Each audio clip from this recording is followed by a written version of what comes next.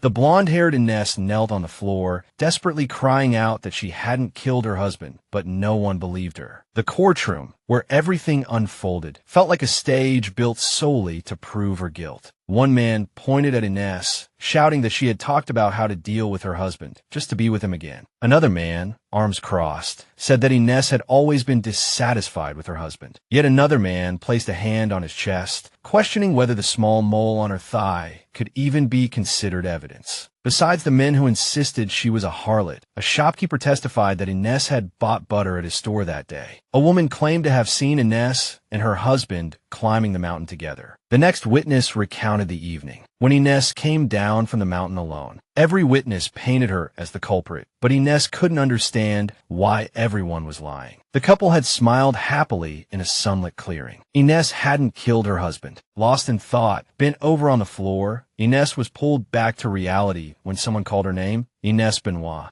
Ines continued to cry out in anger. No, she would never do such a thing. Finally, a man declared that the defendant not only burned her husband's body, but also displayed a vicious nature in her denial. The judge banged the gavel, delivering the final verdict. Under the protection of the water goddess Heclaza, the Holy Court sentenced Ines to 30 years imprisonment. Curses rained down on Ines around Romfield. People cursed her to die, calling her a filthy whore, saying she wasn't worth the rotten food they fed her. They continued to yell that she was shameless, tormenting her husband to be with other men, and then pretending ignorance after committing such a deed. Just like that, Ines was sent to the dark and gloomy Romfield, a place where blood seeped into the walls, and which now became her hell. From that moment on, they could only eat like dogs, consuming the scraps the guards tossed to the prisoners. Ines's body ached and weakened from the heavy labor. In the face of absolute power, everyone trembled, their souls gradually dying, unable to feel anything anymore. Ines lay motionless on the cell floor like a broken doll, but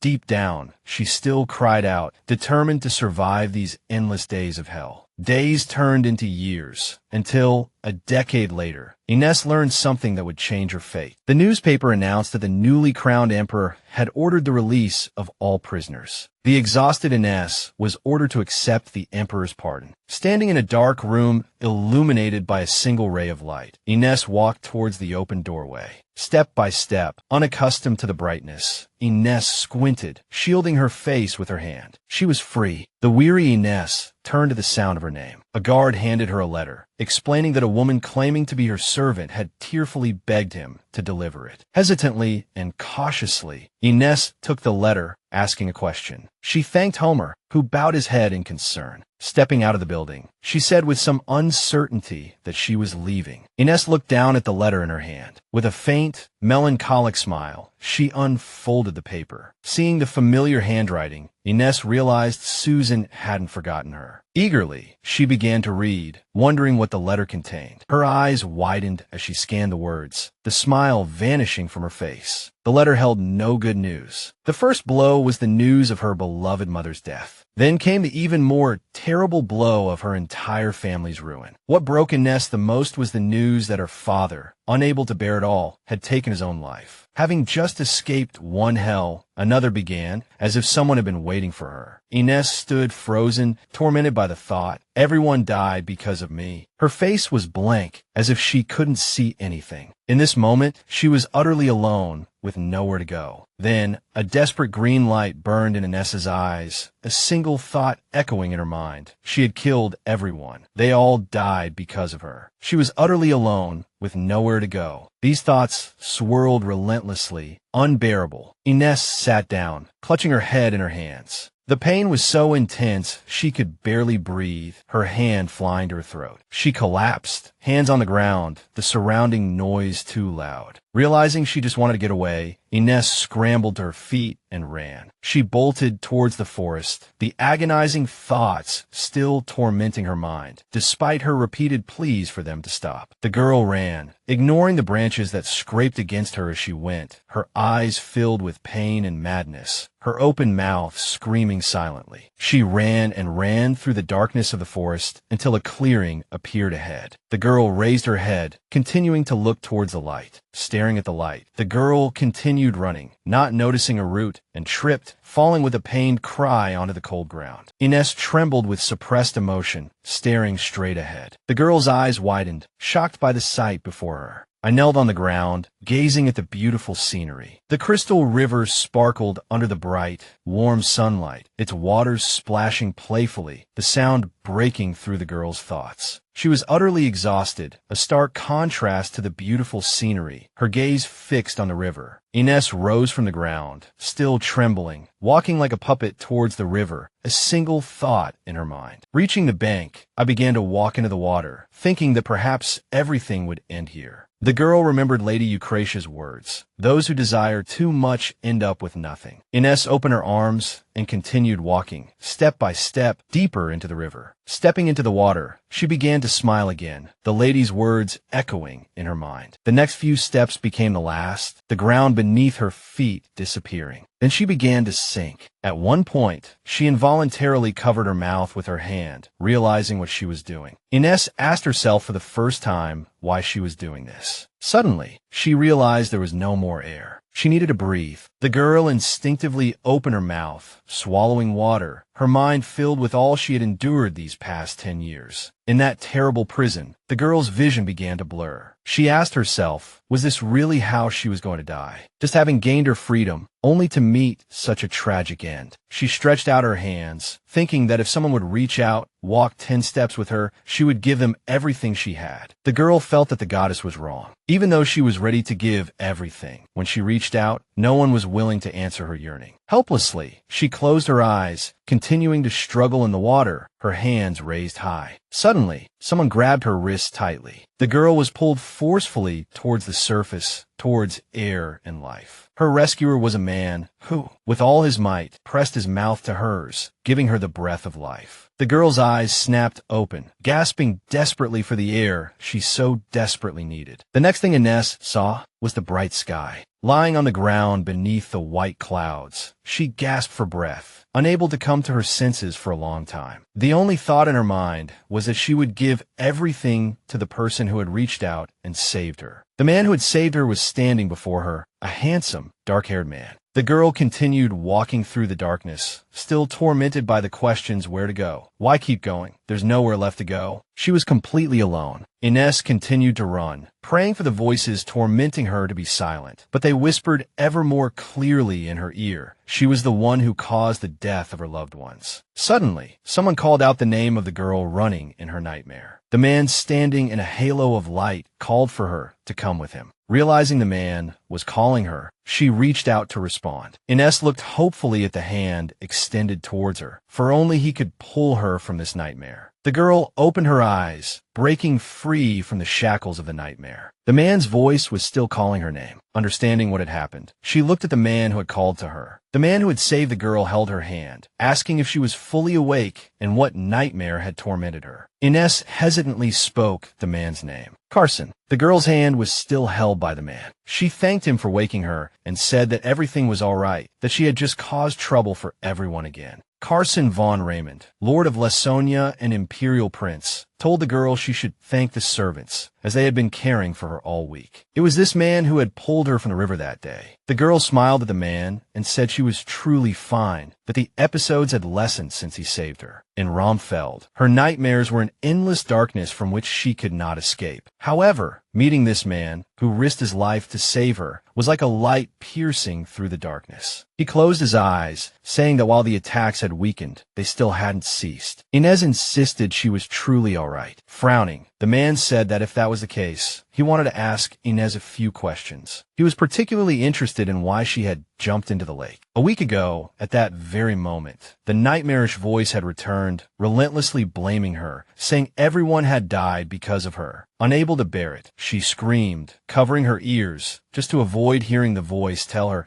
she should have sunk to the bottom of the lake. Darkness began to envelop her as the voice continued to whisper that she had to die. Still sitting on the bed, she lowered her head, cradling it in her hands, telling the man in a lifeless voice that if someone like her disappeared, everything would be resolved. Carson called her name, and after she looked up, he said that if she felt uncomfortable, she didn't have to say anything. He didn't want to torment her. He had simply said too much. Looking at the heartbroken girl, he added that wallowing in self-blame wouldn't do any good. Inez couldn't hold back any longer, screaming, "What if everyone really did die because of me?" Tears streamed down her face as she thought of her parents, her family, everyone connected to her. The man didn't react to her outburst, simply stating calmly and firmly that even if that were true, there was no need to take her own life. Inez looked at him with suspicion. In the bright sunlight, the man stood up, saying that regardless, it was better to continue living. When she asked him why he was so sure, he simply replied, "That's life." He turned to her, saying that how she lived her life from now on was up to her. Inez watched him go, asking herself how she should face her own life. For half her life, her ears had been filled with curses upon her death. For the past 10 years, everyone had said that scum like her had no right to live. Because of this, she gripped the blanket with her fingers, asking herself if this was her fate. Recalling the moment she was drowning, she wondered if she truly wanted to live. Placing her hand on her chest, she continued to question herself, pondering what to do with her life. A few days later, a girl in a black cloak walked through the cemetery in the pouring rain. She walked further and further, completely unconcerned that her shoes and clothes were soaked. After circling the cemetery, she finally found the tombstone she was looking for. Gazing sadly at the tombstone, she realized that 10 years had passed, and she couldn't even cry at his grave. The inscription read, "Here lies Joseph Benoit." Buried in this grave was the anger in his eyes. She wondered if that anger truly had anything to do with her. Continuing to stare at the tombstone, she thought about how everyone around her said she had killed him. They had said it so much that even she had started to wonder, had she really killed Joseph? It was absurd. She removed her ring, saying that now she wanted to rid herself of these painful thoughts. As she placed the ring on the cold tombstone, she said she was drawing a line under it all. A beautiful ring with a green gem lay quietly on the cold, rain-soaked tombstone, the final resting place of her love. Watching this, she recalled the first time she met him. He knelt on one knee, presenting her with a box containing the ring, declaring that he, Joseph Benoit, of humble origins, wished to offer his hand and heart to the noble and beautiful lady Ina Swandon. With a sad smile at the beautiful memory, she said her goodbyes, saying she wouldn't return. Turning away from the grave, from this day forward, she would reject the past and pursue her own happiness. Holding her hood over her head, she hurried on her way. She had to get back to the village before the weather worsened. The sky quickly darkened, the streets grew dim, and the rain continued to fall. She walked alone on the street, deserted due to the heavy rain. Suddenly, she noticed movement ahead. Someone was walking in front of her. Looking at the man walking ahead, she was stunned. Joseph was standing on the same street, in the pouring rain. Shocked, she stammered to herself, "How is this possible? He's supposed to be dead." She called out, asking him to listen to her for a moment. He turned slightly, looking back at Inez. Seeing him suddenly quicken his pace, she froze, confused as to why he would do that, especially after they had just made eye contact. She gradually realized that this wasn't a hallucination, nor someone who resembled him. He continued to move away from her. The girl recalled her husband's smile, thinking that even after 12 years, she would still recognize him at a glance. The sudden shock made her dizzy, and she gripped a nearby post for support. Suddenly, the man stopped and turned to face her. The girl finally saw his face clearly. It was her husband, smiling and waving at her. They stood facing each other, and the girl asked if he was truly alive. She walked towards him, stammering, questioning why he had only appeared now. Listening to her, the man burst into laughter. The girl stared at him in confusion, wondering why he was laughing so strangely. Suddenly, the sound of hooves echoed as a team of horses galloped down the road towards the man. The girl, completely unaware that she had wandered into the road, was directly in their path. Frozen in shock, the girl watched as the horses rapidly approached. The next moment, she was struck and sent flying. Knocked down by the horse-drawn carriage, the girl lay in a pool of blood, tears streaming down her face. She couldn't understand what had just happened. The intense pain immobilized her. Trembling, she reached out and grabbed the man's leg, crying out his name. He looked down at her terrified face and coldly called her a tenacious bitch. With a smirk, he expressed his regret that she hadn't died the first time. Then, the girl watched as Joseph handed a bag of money to the carriage driver, thanking him. He turned his gaze back to the girl, who still couldn't comprehend what he was doing. He sighed heavily, complaining that he had even pretended to be dead just to send her to Romfield, who knew she would be released so soon. Joseph said it was incredible incredibly irritating. Then, noticing her stare, asked if he looked well. He leaned down, sneering that if she felt it was unfair, she could take revenge if she was capable. As she lost consciousness, the girl watched him walk away, wondering if all of this was because of him. Then why had he put her through such hell? Clinging to consciousness, the girl wondered if he had ever loved her. Suddenly, she remembered Carson's words, that her life was her own to choose. Now, she felt that perhaps she hadn't died, then only to meet this end. She had been happy with her family, and after experiencing hellish suffering, she had thought everything would be all right. She didn't want to die. She wanted a happy life without Joseph. The last thing the girl saw was a bright yellow light before losing consciousness. Inez's eyes snapped open, the horrific memories flooding back. Lying in a snow-white bed, she gasped for breath. Clutching the blankets, she tried to calm herself, her hands nervously kneading the fabric. She didn't understand what had happened to her or where she was. Inez clearly remembered being hit by the carriage. Suddenly, she heard someone call her name. Turning her head, the girl froze in shock. Her mother was sitting beside her. She couldn't believe her eyes, thinking she was still dreaming. Her mother wiped her forehead with a towel, asking Inez why she had run out in such heavy rain. Watching her mother's movements, the girl's eyes welled up again. Touching her mother's hand, the girl realized it was the first time she had seen her in 10 years. Tears streamed down her cheeks. Looking out the window, she apologized to her mother, saying she was truly sorry. Her mother stood up, saying that since she understood, she shouldn't cry anymore because her fever hadn't broken yet. She said she would get her some water, but Inez immediately sat up, shouting for her mother not to leave. The girl jumped out of bed, pleading internally for her mother not to leave her. She didn't want to wake up again. As her feet landed, Inez noticed something strange. She stared at her legs in astonishment, unable to believe it. Her ankle was completely unharmed. Ever since she had started limping, the pain had been constant, even in her sleep. This feeling was incredibly strange. Inez told her mother to wait. Suddenly, the girl saw her reflection in the mirror and froze. She stumbled back in shock, still staring at herself. Her mother rushed over, asking if she was all right and why she had jumped up so suddenly. The girl sat there, stunned, touching her face in disbelief. It was her 20-year-old face again, and the sensation felt incredibly real. Inez began to recall everything that had happened. The first strange thing was that her mother was alive. The second strange thing was that she looked young again. The third strange thing was that her ankle was completely healed. Realizing this could only mean one thing, Inez asked her mother how old she was. When the woman replied that she was 39 and asked why her daughter would ask such a question, Inez stared, dumbfounded. If her mother was 39, then Inez truly was only 20. What had happened wasn't a dream. She really had returned to 12 years ago. The table was laden with sweets, everything prepared for a pleasant tea party. Inez and Joseph sat in the garden. He commented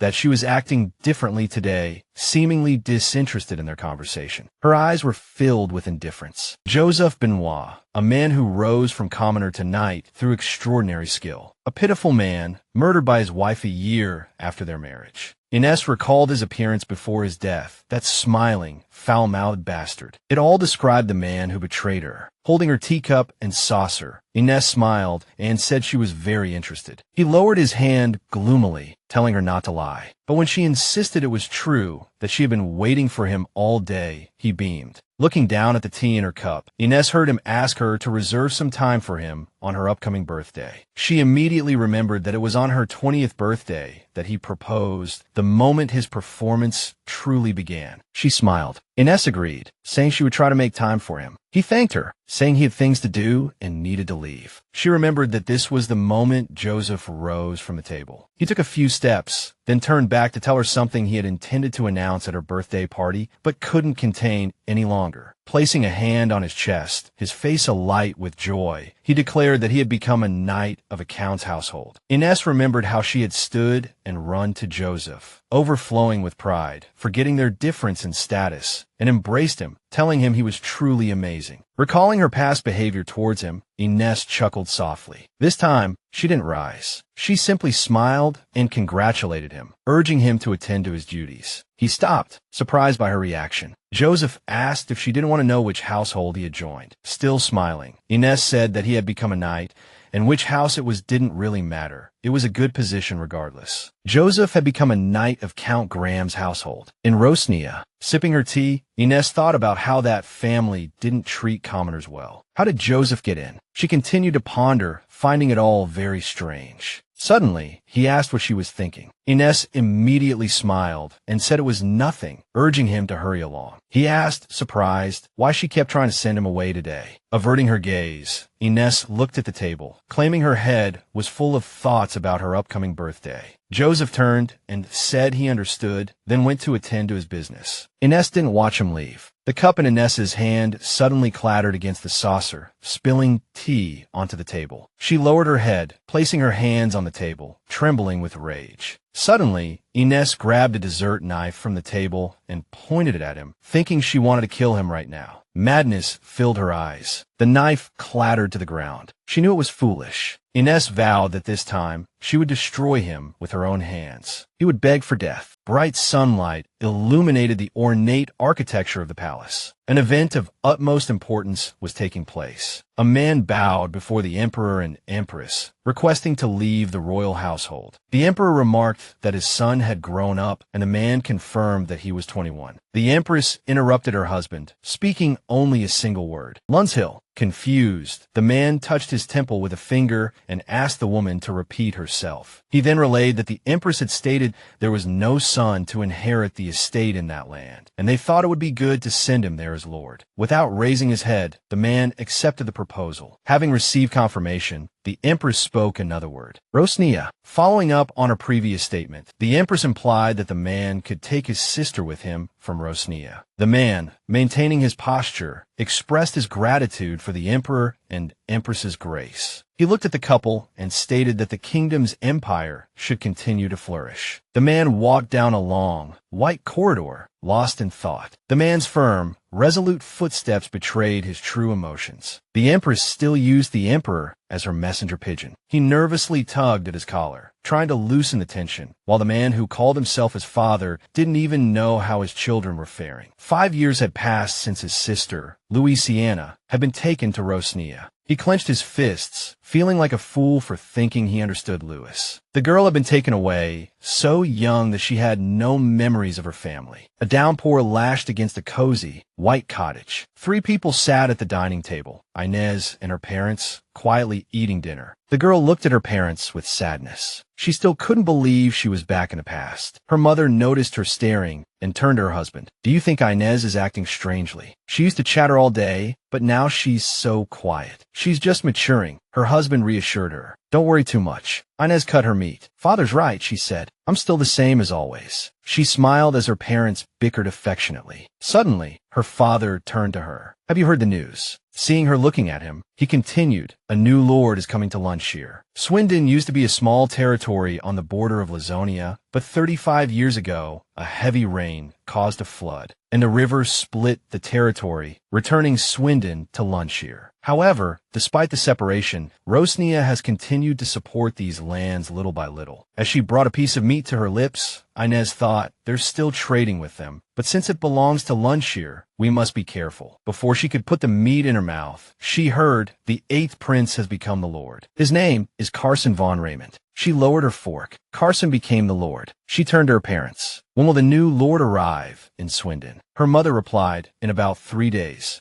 Inez shook her head, her long hair falling down her back. A wave of sadness washed over her. She knew she wouldn't be able to see him, even on her birthday. The prince will be in Rosnia, accompanying the princess who lives in the castle, her mother said. Inez froze as her father added, the lord of Rosnia is tutoring the princess. A memory flashed through her mind, pulling her back to her own personal hell. A prisoner screamed, the lord of Rosnia promised to let my Jason go if I killed that girl. The woman repeated the phrase frantically, clutching a ribbon in her hand. Is Lena all right? Inez had asked, but the woman, in her madness, continued to shriek, I killed a member of the royal family. Lena killed that bitch. She'd heard. Back in the present, Inez wondered why she'd suddenly thought of Lena. She touched her lips with a finger, a thought striking her. The royal family member Lena spoke of, could it have been a princess? Of course, Lena's words couldn't be entirely trusted. She was insane. But what if she was telling the truth, and that girl was Carson's sister? A knock came to the door. "May I come in for a moment?" A maid's voice asked. Inez looked towards the entrance. "Come in," Inez replied simply. The maid entered. "You have a letter from Sir Joseph." Inez opened the envelope, curious about what Joseph had written. As if mirroring her emotions, the rain beat harder against the windows. "Happy birthday," the letter read. "Let's meet today." "Susan," Inez said, and the maid looked at her, awaiting instructions. Inez smiled. "Isn't he rather rude?" Susan looked confused. "Is there something strange in the letter? One should at least have some manners," Inez replied. She crumpled the letter angrily. "How dare a common knight address me by my name? This man not only framed me and sent me to Romfield, but he also killed me the moment I escaped that hell. And the worst part is he laughed as I died." She continued to crush the bastard's letter in her hand. "I swear I'll kill him myself." She knew he had to die for her to live. "Tell him I accept," she instructed the maid. As Susan left, Inez thought, of course, Joseph's death won't be the end of it. This is far from over.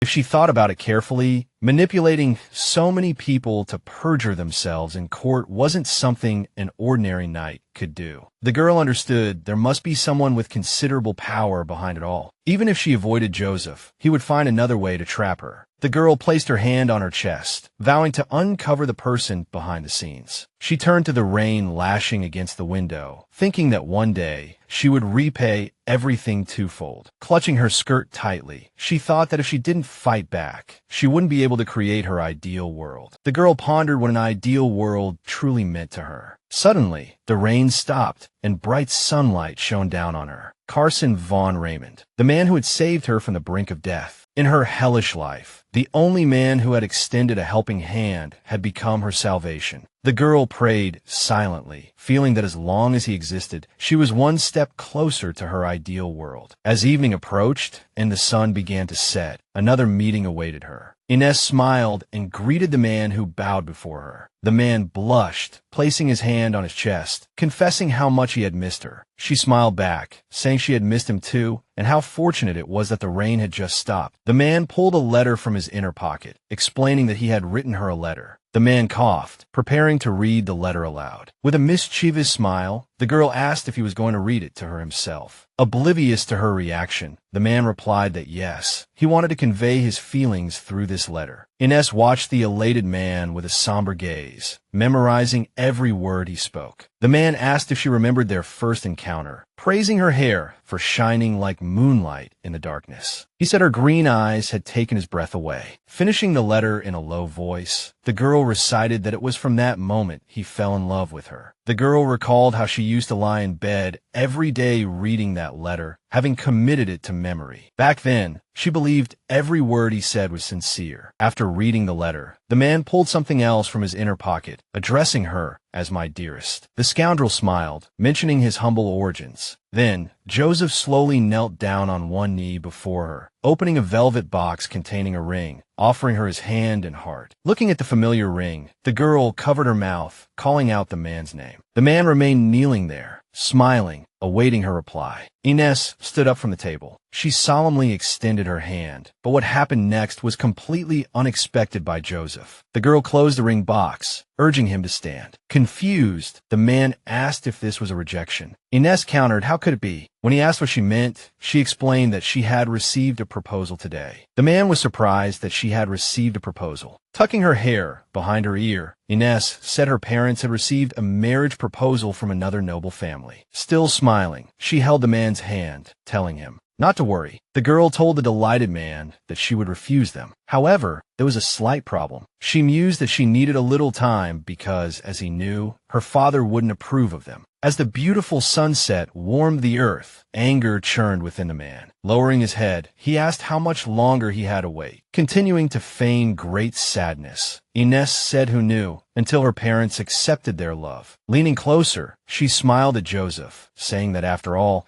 he had just entered the Count's family and should make a good impression. If he could earn the title of Baron, her father would consent to their marriage. The man asked how he could possibly earn that title when there was no war. Ines asked in anguish, did he really want her to become a commoner's wife? Finally, she concluded that if he truly wanted to marry her, he had to work for it. The man stared at her in silence, unsure of what to say. The girl looked at him coldly, thinking that to move things forward, she had to put pressure on him. Joseph was clearly being manipulated by someone. It was this person who had given a knight of account's household the opportunity to gain a title, transforming him from a nobody into a noble, a commoner. It was this person who had pressured the court, leading to her being falsely accused of murdering her husband. While her family was destroyed by these false accusations, this man had profited from it. Ines, arms crossed, demanded to know why Joseph wouldn't answer her. Were all his words about love lies? She turned away, declaring that if that were true, she couldn't accept his proposal. Only Earl Graham could do such a thing. Joseph abruptly grabbed Ines's wrist. He insisted loudly that it wasn't like she thought at all. Ines froze, realizing how tightly he was gripping her wrist. She pulled her hand free, saying it was only natural since he truly loved her. Placing her hand on his chest, she said she would try to delay the marriage this time, but if another proposal came, she would have no choice. Taking the ring box from him, she said she would keep it herself if he didn't mind. She smiled to herself, thinking that when everything returned to normal, this ring would be a symbol of victory. Looking around, Ines said they should end their conversation for the day, as the gardener would be coming soon and they needed to leave before he arrived. She turned to leave, then paused abruptly, turning back to Joseph. Placing a hand behind her head, she smiled and asked if he truly believed himself to be of low birth. Joseph froze, recalling the first line of the letter. He didn't understand what she meant and asked again. Their eyes met. Neither spoke. Ines remained silent, turning her back on him and walking away. The smile vanished from her face, replaced by a burning fire of vengeance in her eyes. Joseph watched her go, confused and bewildered. Walking down the street, Ines told Susan to hurry, as Prince Carson would soon arrive at Rosnia's main square. Glancing around, Ines asked her maid how she knew this street. At the question, Ines paused. She said she'd been here before. She remembered working here during those 10 hellish years. Susan asked, surprised, how her mistress could have been in such a place. Ines replied that it was a long time ago. Susan smiled at her mistress, saying she understood now. She admitted she was a little surprised today. She hadn't expected Ines to want to see Prince Carson. Ines laughed, asking if Susan thought she was a fool who only wanted to know Joseph. Susan, a little embarrassed, said that wasn't what she meant. Ines understood Suzanne's surprise. After all, Joseph hadn't contacted her since proposing 3 days ago. Ines clenched her fists, wondering again what he was up to. She pushed the thought aside, reminding herself that seeing Carson was more important now. She tried to recall how old Carson was now, curious about his current appearance. On the road, a group of knights escorted a carriage. At the head of the procession, Carson rode, lost in thought, looking forward to finally bringing Louise back. He thought with displeasure that this was taking longer than he anticipated. When he was 15, their mother had died. The cause of death was poison, accumulated in her body over a long period. Everyone in the imperial family knew who had administered the poison, yet they all pretended to be ignorant. Carson had been forced to live with the reality of having to remain silent about his mother's death, a constant reminder of his powerlessness. At 17, something irreparable happened. He ran desperately towards the carriage. He demanded angrily why they wouldn't stop, why this damned education had to continue. Louise struggled desperately, crying out for her brother. A man grabbed Louise's hand, urging her to hurry, saying there was no time. She tried to argue back, frustrated, tears streaming down her face. The man lowered his head, saying sadly that he thought Louise was as smart as Prince Carson. Louise looked at him, speechless. She continued to cry. Carson shielded his sister, warning the man not to dare treat her that way. He threatened that if they dared to lay a finger on Louise, he would not let them get away with it. The Lord chuckled, saying he didn't understand why the young man thought that way. After all, it was Her Majesty, the Empress, full of motherly love, who personally requested the princess's education. He waved a hand, asking if Carson was saying this because the Lord was related to the Empress. Carson told him to shut up. The Lord turned away, saying it was best not to use such vulgar language. Then he urged the trembling princess to hurry, as she wouldn't disobey the Empress. At that moment, he had only one question in his mind. Carson released his sister, called her name, crouched beside her, and put his arm around her shoulders, promising to come back for her soon.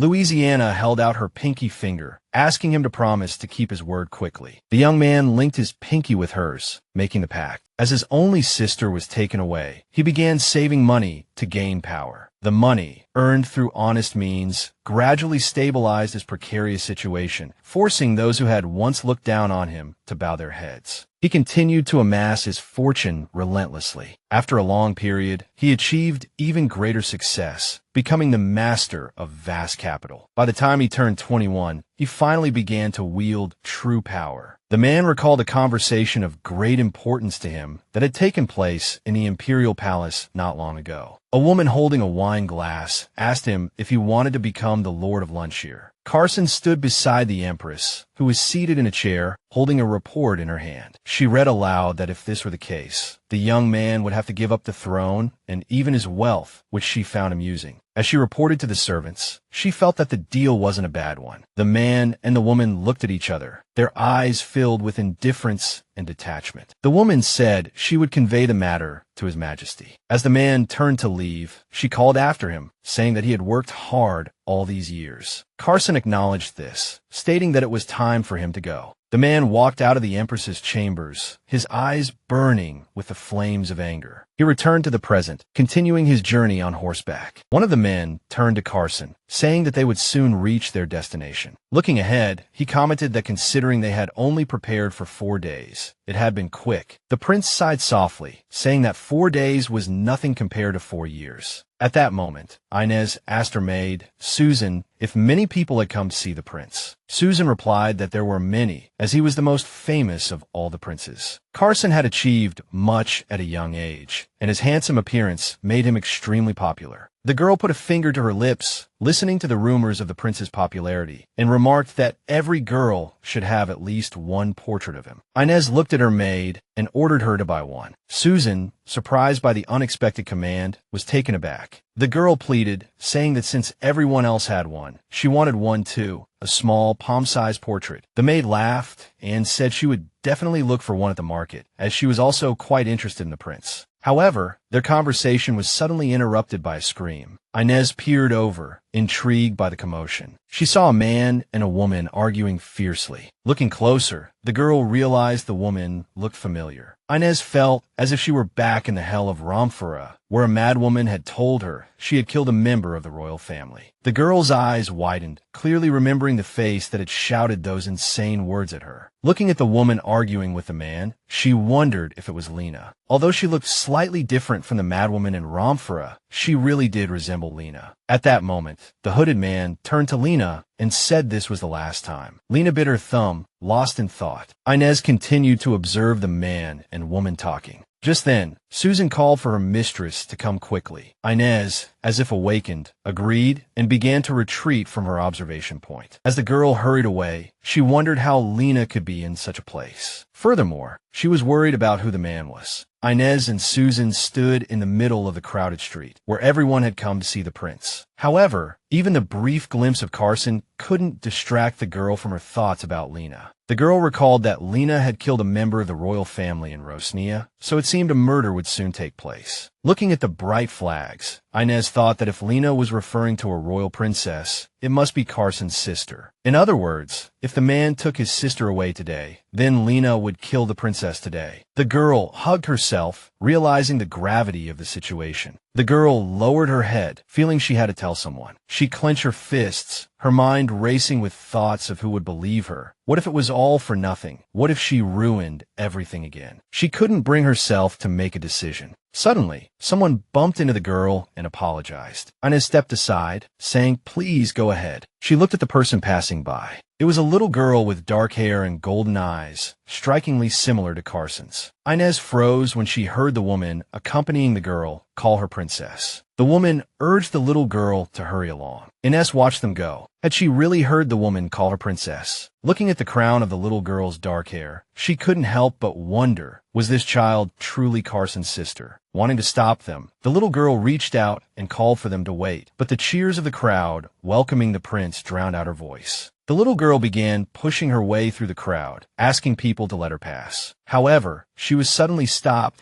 told that the procession had already begun and it was impossible to get closer now. Indeed, the procession, led by the prince, was already moving along the road. Carson, mounted on his black horse, looked forward expectantly. A little girl and the woman accompanying her stood next to a guard. Ines hesitated, unsure what to do. She didn't know when Lena would appear, and if she didn't tell someone soon, something bad might happen. Suddenly, the sound of urgent hoofbeats came from the crowd. Everyone turned to look, unsure who was riding. A woman on horseback approached rapidly. The guards quickly moved to intercept her. The guards demanded to know who she was and ordered her to stop, threatening to use force if she didn't leave. But the woman remained silent. She had spotted her target. No longer hesitating, she pulled hard on the reins, urging her horse forward. The horse whinnied and accelerated, completely obedient to its rider's will. Guards attempted to block her path with their spears, but the woman didn't care. Her face was a mask of determination. At that moment, Ines recognized the rider as Lena. The little girl looked around fearfully, realizing Lena was charging towards them. Louisiana stood in front of her, completely unaware of the approaching danger. She called out for her brother, pushing past the guards. Ines rushed forward, thinking it was already too late. She ran with all her might towards the little girl, determined to protect her. Lena charged madly towards her target, and Ines desperately tried to intercept her. Suddenly, the little girl's eyes met hers. Understanding what she had to do, Ines thought, I must protect the princess, and embraced the little girl, shielding her with her own body. A heavy thud followed, and the red ribbon from the little girl's hair fell to the ground. Ines and the little girl tumbled to the ground. One of the little girl's shoes came off. Suddenly, the little girl realized her leg was in immense pain. Just like before, the little girl closed her eyes in pain. But remembering something important, she looked up at Ines and asked if she was all right. The little girl looked at Ines with tears in her eyes, then nodded slightly. Seeing this, the little girl smiled, pushed herself up, and comforted Louisiana, telling her not to worry, that everything would be all right now. Just then, the horse whinnied loudly again, catching Ines's attention. Held between two guards, Lena yelled that they couldn't stop her and that Ines wouldn't escape either. She glared at the little girl and roared that if it weren't for her, she would have killed her already. Ines glanced at Lena beside her. The princess trembled with fear. She covered the little girl's ears, telling her not to listen, promising that everything would be all right. She helped the princess to her feet, saying she would take her to the prince. But as Ines stood, she realized something was wrong. The little girl's vision blurred, and she felt dizzy. She thought that it would be too dangerous to faint now. But she continued walking, holding the little girl's hand, thinking it wasn't a big deal since she had helped Carson. In her past life, Carson had saved her. If it weren't for him, she would have died. The little girl, knowing nothing, simply followed, her wound bleeding. She remembered the saying, the greedy will end up with nothing. Suddenly, Ines felt her wrist grip tightly. A man caught the little girl, who nearly collapsed from the pain.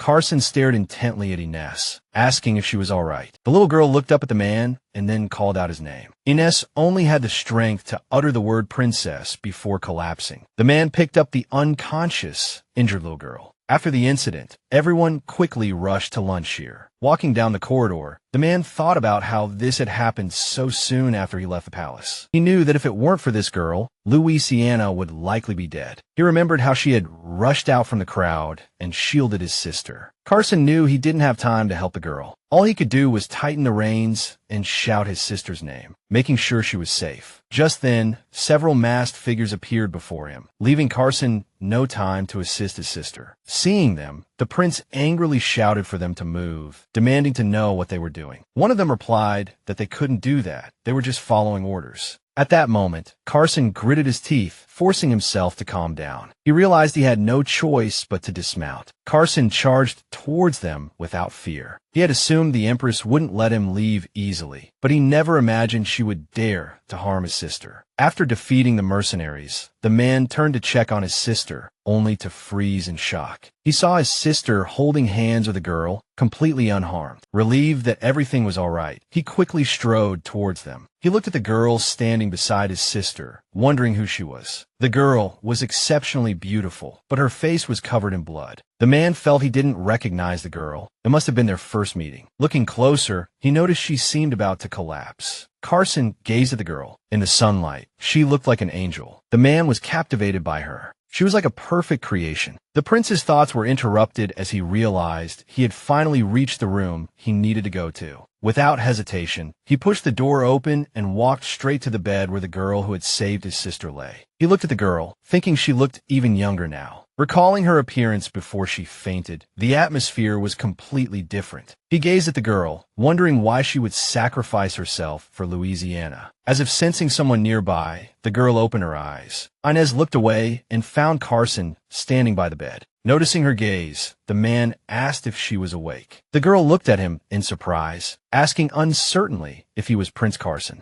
The man sat down in a nearby chair. The girl looked around and asked where she was. The man looked at her and explained that they were in Lord Lundishill's castle. Because she had fainted, they had to bring her here urgently. The girl clutched the blanket tightly, thinking she was surely going to die this time, but Carson had saved her again. Inez suddenly remembered the hallucination she had seen before she fainted. The girl realized it wasn't a hallucination at all. She looked at the man and asked if the princess was all right. Hearing that the princess was safe thanks to her, and had even visited her while she slept, the girl breathed a sigh of relief. Throwing back the blankets, she said she was glad to hear that, and that it was time to return to the mansion. The man was completely taken aback by her sudden desire to leave. As she put her feet on the floor, the girl suddenly stumbled, her ankle wrapped in bandages. Carson caught her shoulders. The man exclaimed that she had lost too much blood, helped her back onto the bed, and told her not to get up or she would feel dizzy. The man sat back down in the chair and said the doctor had assured him everything would be fine, but advised her not to overexert herself for a while. After he finished speaking, he noticed the girl was looking at her bandaged ankle. He said it would hurt now, but as long as she rested for a few days, she would recover quickly. The girl didn't look at him, only replying softly. Carson gazed at her. He silently rubbed his shoulder, feeling a bit awkward. Just then, the girl interrupted his thoughts, asking about the woman who had been riding the horse. Carson immediately put aside his other thoughts and looked seriously at Inez. The prince said the woman's identity was difficult to confirm and she was currently being detained. Inez. Despite the man's cough, the girl subconsciously nodded, her eyes gleaming brightly. Now she was certain that the person was Lena.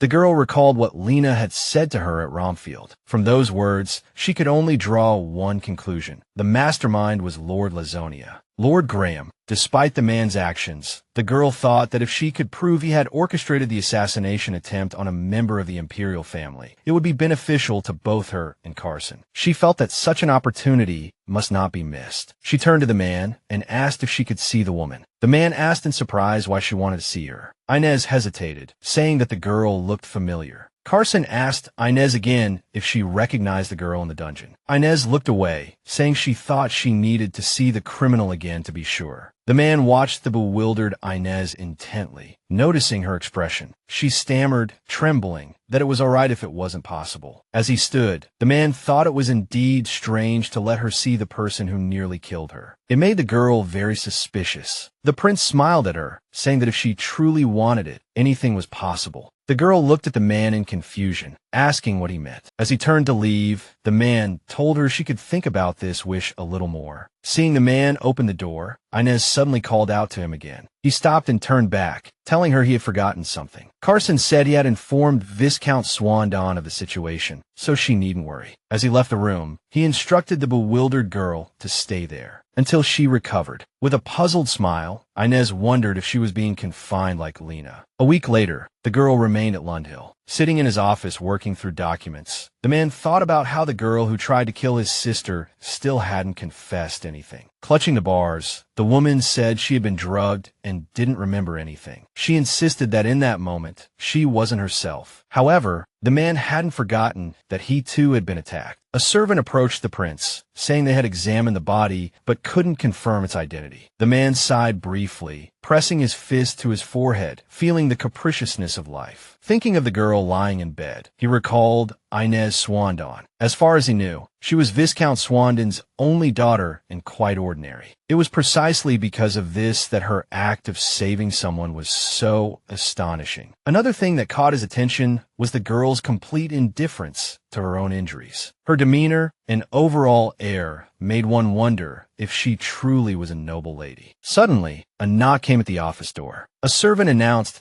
that Miss Swandon had come to see him. Without looking at the door, the man simply told her to enter. He was utterly unaware of what he was doing, the girl's name echoing in his mind. Watching the girl curtsy, he couldn't understand why he felt awkward around her. Suddenly, a detail about her caught his attention. The girl's leg was still bandaged and looked somewhat swollen, although it was only a minor injury. Looking at the girl, he didn't understand how she was already able to walk normally. Suddenly, the man understood his unease around her. This discomfort stemmed from the feeling that the girl's soul and body were separate entities. Carson led the girl to the table where cutlery had already been laid out. He gestured to a chair, inviting her to sit. As she sat, the man asked her how her ankle felt. Although her ankle was still swollen, the girl said she was fine. Incredulous, the man asked if she was experiencing any other discomfort. Looking at the cup before her, the girl said that thanks to his care, she was fine now. The man said he was glad. The prince remarked that she seemed to have recovered, and Inez immediately asked if she could go home now that she was well. Lowering her head, the girl started to speak, but stopped herself. She couldn't mention Lena, or she wouldn't be able to go back. The man finished his tea, placing the cup on the saucer. He said there were a few things to discuss before she left. As a servant smiled and handed him a document, he thought to himself that he would have to properly grill this girl. The man thanked the girl again for saving his sister, adding that his gratitude was somewhat belated as the case wasn't closed yet. The girl looked a little embarrassed, saying she had only done what she should have. The prince said the empire should reward those who saved members of the royal family. A servant placed the document in front of the girl. Watching her grandfather look through the document, he told her to take a look and choose what she needed most. After reviewing the list, the girl found what she needed. The man told the girl not to rush, but she immediately interrupted him, saying she had already decided. Looking at the man, she said she wanted immunity. The man, worried he had misheard, asked again. He didn't understand why the girl wouldn't choose jewels or land, but instead chose inviolable rights. The man chuckled to himself, thinking he knew this young lady all along. The man stood with his arms crossed, smiling as he asked her how, now that she was a noble lady, she could abuse such a privilege. What crime did she intend to commit? He advised her again not to rush into a decision, but the girl simply lowered her head, saying that everything was fine and this privilege was enough for her. When a man asked her why she made such a choice, the girl countered by asking what would happen if she actually killed someone. The man looked at the girl in surprise, not expecting such a response. Recovering, he clenched his fist with a pleased smile. He chuckled, saying it was a very unexpected question. Looking at the girl's hands, he asked what she intended to do with those small hands. The girl looked away, saying she didn't intend to do anything, but no one could say what the future held. Carson replied that, just as she said, the future was unpredictable, but immunity didn't mean complete absolution. The girl clenched her fists, saying she knew that. She simply didn't want to go to Romfield. The girl again recalled the dreadful place that had been a living hell for her. Carson asked again, surprised, if she was talking about the prison near Rosnia. The girl lowered her head, saying it was an unbearable place, all based on rumors she had heard. The girl looked at Carson, pleading with him to promise that even if she committed a crime after receiving immunity, he wouldn't send her to Romfield, and that her family wouldn't suffer because of it. The man looked thoughtfully at the girl, then turned to a servant and told Noah to prepare the documents the young lady requested. The girl suddenly spoke up, saying that since they were talking about her family, there was one more thing she wanted to say. She expressed her desire to speak specifically to Lord Lundishill about it, and the man gave her permission. Looking at the man, the girl said that although the Swandin family had been incorporated into Lundishill, they were still working under Rosnia's leadership, and she believed this needed to be resolved. Carson looked at Noah in confusion, asking what the girl was talking about, as Swandin had long belonged to Lundishill. Noah informed Carson that Rosnia had a very small population compared to its land area, so the Lord often made excessive demands. The man said angrily that the people of his territory shouldn't be serving others. He reminded the girl that this matter required the imperial family's approval and might take some time, but he agreed in advance. The girl smiled as she listened to the man promise that by the end of the year, Rosnia would no longer interfere in Swandin's affairs. She thanked him with a gentle smile. The man returned the smile, and the girl asked about the woman. Worried that the man might misunderstand, the girl explained that she was referring to the woman locked in the dungeon. The man said that she really wanted to see her, as he had thought it was just a casual remark. Did she actually know the woman? The man asked again if they knew each other, and the girl replied that she could only be sure after meeting her. The man said he would trust her and turned to tell Noah to accompany the young lady. The girl raised her hand in confusion, asking why an aide had to accompany her. She told Carson that he was probably busy and she didn't want to bother him, so she could have another servant accompany her. However, the man reassured her, saying she was his benefactor and ordered Noah to go with her. Ines thanked the man for showing her the way. Suddenly, Carson called out to her. He called her name. The girl turned around at the door, and hearing that he had another question, she looked at him expectantly. Carson looked intently at her and asked if they had met before. Noah looked at them both in shock, momentarily speechless. Hearing this question, the girl smiled slightly, turned to Carson, and said brightly that they had not. Noah led the girl through the dungeon corridors, indicating they had arrived. 2 guards stood at the cell door and allowed them to enter. Inside the cell, they saw a girl crouching against the wall. Noah called her name, and the girl's eyes widened in surprise. She spun around, noticing someone had entered the cell, and rushed forward, asking Ines if she was the bitch who caused the commotion in the square, blaming her for everything, telling her to die. Noah ordered the guards to restrain Lena first, to prevent her from moving. Ines sat in a chair opposite the bound girl, and told her that even if she continued to remain silent, she would still be convicted. She added that they might be executed after being sent to Romfield. Lena asked if she really thought it would be that simple. Ines smiled faintly. In principle, everything was going as she had planned. Ines moved closer to Lena and asked what was going on. Did she really think the person behind all this would help her escape trial? Lena screamed at her to shut up. The man watched in surprise as Ines told Lena she was foolish. If the plan had failed, why would they save her life? On the contrary, it would be more advantageous for her employer if she were killed before the trial. Hearing Ines's words, Lena spat in her face. The man immediately rushed towards Lena. He asked Ines if she was all right. She smiled and said she was fine, even though Noah suggested ending the conversation and helping her up. Ines apologized, saying she had left her scarf in the room and asked for help retrieving it. After that, she would, of course, deliver the message tonight. Noah walked towards the exit, keeping an eye on Ines. Ines bent down and called Lena's name again, asking if she had anything to say. Lena said she understood perfectly well. Lena stared at Ines in shock when she asked what Lena planned to do now that Lord Lazonia had abandoned her. Glancing at Noah, Lena said that Count Graham had assured her that there wouldn't be any problems as long as she cooperated. She asked Ines who she was. Ines advised her to think carefully, as the Count wasn't rushing to save her, and no one knew what Lena might say later. Realizing these words wouldn't persuade Lena, Ines chuckled softly. Then she uttered a name, and Lena immediately responded, Jason. Ines leaned closer to the trembling girl and said that Jason would die soon. Lena trembled violently, repeating impossible over and over. Ines didn't know who Jason was, but she knew he was extremely important to Lena. After all, it was his death that had driven Lena mad. Ines continued, saying that Jason, whom Lena cherished so much, would definitely die at the Count's hands. Unable to bear it, Lena lunged at Ines, demanding to know what she was talking about. Hearing the scream, the man turned to look at the 2 girls. Seeing Lena collapse on the cell floor, they asked what had happened. Ines replied that Lena had suddenly lunged at her threateningly, but Lena angrily denied it. Noah ordered Lena to be helped up from the floor. Ines looked directly into Lena's eyes. Terror filled Lena's face as Ines's words about Jason's death echoed in her mind. Lena screamed hysterically for Ines to shut up, but Ines retorted that it was Lena who should be quiet. Ines leaned down and gripped Lena's chin tightly. Lena said she would now tell everyone what Romfield was. Ines said that first, they would pull out all of her fingernails and toenails. With a crazed look, Ines told Lena she wouldn't have a single bone left intact. Then she asked how Lena felt about rotten food, because one day she would gladly swallow her own vomit. Lena finally said that it didn't matter what they did to her. She didn't even know who they were. Lena cried and yelled for Ines to shut up. Ines listened to Lena call her a mad woman who had completely lost her mind and couldn't help but chuckle. Lena hugged herself and laughed gleefully, frightening everyone around her. Looking at Lena, Ines thought to herself, who would have thought she'd hear such words from the mad Lena? She clenched her fists, thinking Lena was right. Ever since returning to the age of 20, she had been driven almost mad with rage every day. Then Ines asked Lena if she was too scared, tucked her hair behind her ear, and reassured her not to worry. Looking at the weeping Lena, she said, "One day, you'll go mad too." Suddenly, the guard returned to the cell and told Ines he had brought her scarf. Ines clutched the scarf tightly and thanked him with a gentle smile. Noah stared at Ines in surprise, completely bewildered by what had just happened. Looking at the chair, Ines asked the knight to help Lena up. She looked at Lena, who was slumped over, and urged her to come to her senses and understand her current situation. Ines warned her that if she continued to be stubborn, everything they had described would happen. Finally seeing lucidity in Lena's eyes, Ines said it would all become reality. She advised Lena to join forces with Prince Carson, tell him the truth, and beg for forgiveness. Finally, she said it was the only way to save herself and her loved ones. Turning, Ines said she could leave now. Ines walked out of the cell, leaving Lena slumped on the floor. Suddenly, there was a knock on the office door. Carson sat working at his desk. Noah, having just returned from escorting the girl away, was granted entry and walked in. Pondering how to explain the situation to Carson, he approached the desk. Noah requested permission to speak, which Carson granted with a nod. Hearing Noah clear his throat, Carson asked him what was the matter. Noah replied that the young lady had returned to the residence. He then informed the prince, much to his surprise, that Lena Marie had agreed to tell everything. He couldn't understand it. He had been persuading Lena for a whole week, but she had remained silent. He rested his chin in his hand, contemplating how things had unfolded. Meanwhile, he continued to receive messages from the security forces demanding to take Lena away. However, if the girl ended up in their hands, she would fall under the Empress's control. His gaze hardened. He knew the Empress feared the mastermind's identity being revealed. He had been persuading Lena for so long, even thinking he would eventually have to hand her over to the security forces. But after meeting with Ines, she finally decided to speak. He couldn't understand how the girl knew about Louis, Lena, and how to resolve everything. He continued to flip through the documents, thinking that he would have attributed everything to fate before, but now everything had changed. He asked Noah what the girls had talked about. He said they hadn't discussed anything new, just what Lena had talked about before. However, there was one strange moment. When asked what it was, he hesitated. After a short pause, he told the prince that the girl had spoken to Lena about Romfield. He explained that the girl had told Lena that if she continued to remain silent, she would be sent to Romfield. He himself had told Lena this many times, but for some reason, her reaction this time was intense. He immediately recalled what the girl had said about that place, and how she didn't want to go back there. Noah interrupted his thoughts, saying there was something else. He recounted how Lena had spat at the young lady. Carson asked why he just stood there watching. He replied that Lena herself had told him to fetch a handkerchief from the knights, after which they were left alone, and Lena's attitude changed. Carson stood up, saying he still didn't quite understand what had happened. He left the desk, saying they were going to the dungeons now. He wanted to see Lena himself. However, before he could take a step, Noah stopped him, saying there was one more thing. The servant recounted how the princess herself had escorted Miss Swinton to the carriage, even though she was afraid to even leave her room. The prince asked what they had talked about. He replied that they hadn't said anything, just exchanged greetings, embraced, and parted ways. Carson impatiently asked what nonsense he was talking about, and he insisted he wasn't lying. He nervously ran a hand through his hair. Everything had happened so suddenly. In any case, he said he needed to see Lena first. Together, they entered the girl's cell and looked at her crouching by the wall. He called her name. The girl's eyes widened in surprise, not expecting the prince to visit her. She immediately jumped up, saying she was willing to confess who was behind it all. She fell to her knees, her head bowed, and said that as long as they saved Jason, she would tell them everything. The man stared intently at Lena and asked who Jason was. She said desperately that he was her 3-year-old son, and as long as they saved him, the culprit would come forward and testify. The prince asked if this was true, and she replied that it was. Her son had been taken by Earl Graham, and they were running out of time. Hearing this, he smiled with satisfaction. He had known that the mastermind was one of the Empress's confidants, but he hadn't expected it to be the Earl himself. He thought to himself that he should thank the Earl. It was because of this blunder that he finally had something on the Empress. Carson promised to find her son. The girl, incredulous, asked if it was true. He asked if she knew where her son was. Lena replied that she didn't know the specifics, only that he was hidden somewhere. Hearing this answer, he asked what the boy looked like. The girl described her son as having brown hair, blue eyes, and a small scar under his left ear. Carson instructed Noah to give this description to the knights and have them discreetly investigate everything. After giving the order, he said he had one more question for Lena. The man asked the girl, frozen with fear, if she knew the girl she had met today. The girl recalled Ines calling her name. The girl lowered her head and admitted that it was the first time they had met. The prince asked if she was sure. The girl replied that they had indeed met for the first time in the square, but the girl seemed to have known her for a long time. Looking at Lena, Carson felt they were of one mind. He turned to the girl, telling her to wait a little longer while he found her child. Lena was surprised and thanked the prince.